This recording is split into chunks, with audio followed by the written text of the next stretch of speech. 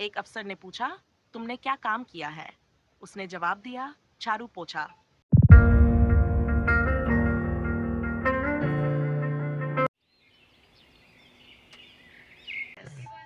अंधेरे में जागती लड़की सुबह के 4 बजे थे। पूरा शहर गहरी नींद में डूबा हुआ था, लेकिन शहर के एक कोने में बनी झुगी बस्ती की एक झोपड़ी में एक लड़की की आंखें खुल चुकी थीं। उसका नाम था सावित्री। फटे हुए पर्दे के पीछे से आती ठंडी हवा उसके शरीर को छू रही थी। उसने जल्दी से पुरानी शॉल ओढ़ी और उठ बैठी। सामने माँ खांस रही थी, लगातार बिना रुके। माँ, पानी लाऊं? नहीं बेटी, तू देर मत कर, काम पर जाना है। सावित्री की उम्र सिर्फ 19 साल थी, लेकिन जिंदगी ने उसे उम्र से पहले ही बड़ा बना दिया था। वह शहर के अमीर इलाकों में नौकरानी का काम करती थी, झाड़ू पोछा, बर्तन, कपड़े, सब कुछ। लेकिन उसके दिल में एक सपना था, आईएएस बनने का सपना।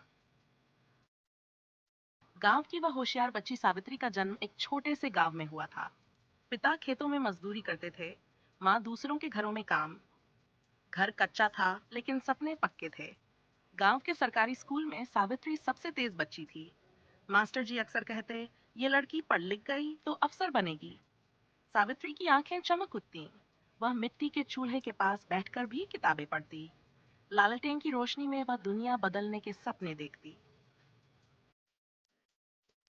नहीं देती।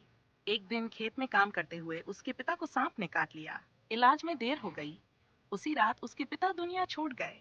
घर में चूल्हा ठंडा पड़ गया। माँ टूट गई। सावित्री की पढ़ाई छूट गई। अब तू पढ़ेगी नहीं बेटी, माँ ने रोते हुए कहा। घर चलाने के लिए काम करना पड़ेगा। उस रात सावित्री ने किताबों को सीने से लगाकर बहुत रोया, लेकिन आंसुओं से पेट नहीं भरता। छोड़कर माँ बेटी शहर आ गई। यहाँ सावित्री को काम मिला, नौकरानी का। पहला ही घर। जल्दी काम करो, गिलास टूट गया पैसे काटूंगी, ज्यादा बात मत किया करो।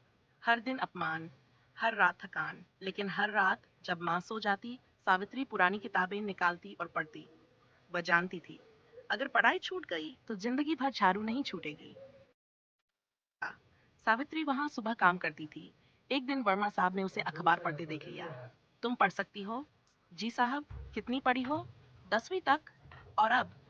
सावित्री की आंखें भर आईं। अब नौकरानी हूँ। कुछ पल चुप्पी। वर्मा साहब बोले, तुम आईएएस बन सकती हो। ये वाक्य सावित्री के दिल में हथौड़ी की तरह लगा। एक सपने की वर्मा साहब रिटायर्ड आईएएस अधिकारी थे। उन्होंने सावित्री को अपनी पुरानी किताबें दी, मोबाइल दिलवाया, ऑनलाइन क्लासेस बताई। सावित्री दिन में झाड़ू लगाती, रात में संविधान पढ़ती। उसके हाथों में डिटर्जेंट था और दिमाग में देश का भविष्य। जब लोगों को पता चला नौकरानी आईएएस बनेगी, अरे पहले ढंग से बोलना सीख ले, ये सब अमीरों के बच्चों का खेल है। कुछ घरों ने काम से निकाल दिया। माँ डर गई। बेटी छोड़ दे ये सब। सावित्री ने पहली बार जोर से कहा, नहीं माँ, अब नहीं।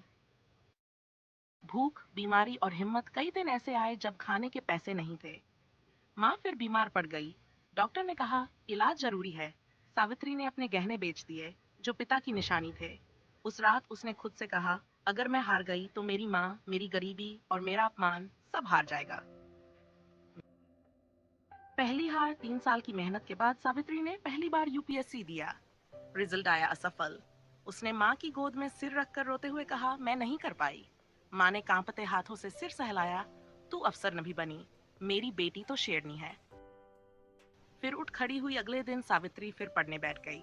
उसने खुद से कहा, मैं नौकरानी हूँ, कमजोर नहीं। दूसरी बार तैयारी और ज्यादा सख्त थी। कम नींद, ज्यादा मेहनत। इंटरव्यू का दिन। सावित्री सादी साड़ी में इंटरव्यू हॉल पहुंची। एक अफसर ने पूछा, तुमने क्या काम किया है? उसने जवाब दिया, झाड़ू पोछा। पूरा पैनल चुप। फिर उसने कहा, लेकिन मैंने सपनों की सफाई कभी नहीं छोड़ी। कई अफसरों की आंखें भर आईं।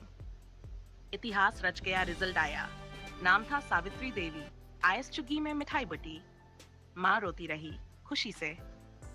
अफसर बनी, इंसान रही। आईएएस बनने के बाद सावित्री ने सबसे पहले कहा, मैं उन्हीं लोगों के लिए काम करूंगी जो झाड़ू लगाते हैं, क्योंकि मैं उन्हीं में से एक हूँ।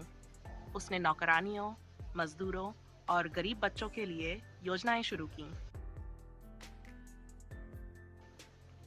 अंतिम संदेश सावित्री की कहानी सिर्फ एक लड़की की नहीं, ये हर उस इंसान की कहानी है जिसे समाज ने नीचे समझा, लेकिन जिसने खुद को कभी छोटा नहीं माना। अगर हिम्मत जिंदा है, तो कोई भी नौकरानी आईएएस बन सकती है।